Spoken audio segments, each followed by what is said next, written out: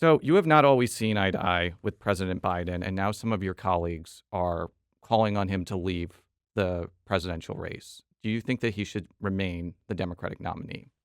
So right now, just like with everything else that we do, we're listening to what the community is saying.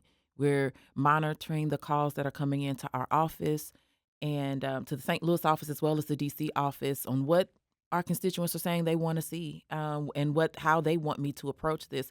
So I have not come out publicly for or against.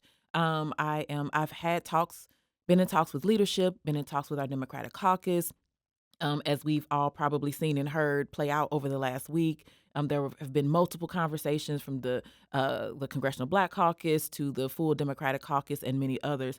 And so now I will say, though, that up to this point, and maybe this will help us to get other calls in too, but up to this point, 100% of the calls into our office has been asking me to ask the president to not run in the election for president for the next term. So um, but we're still listening. Do you think he can win?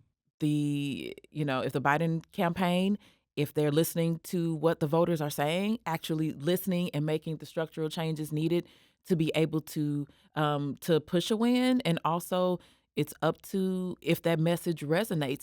If the Democratic Party, we have to make sure that the message is getting out, and that has been something that we've talked about for a long time.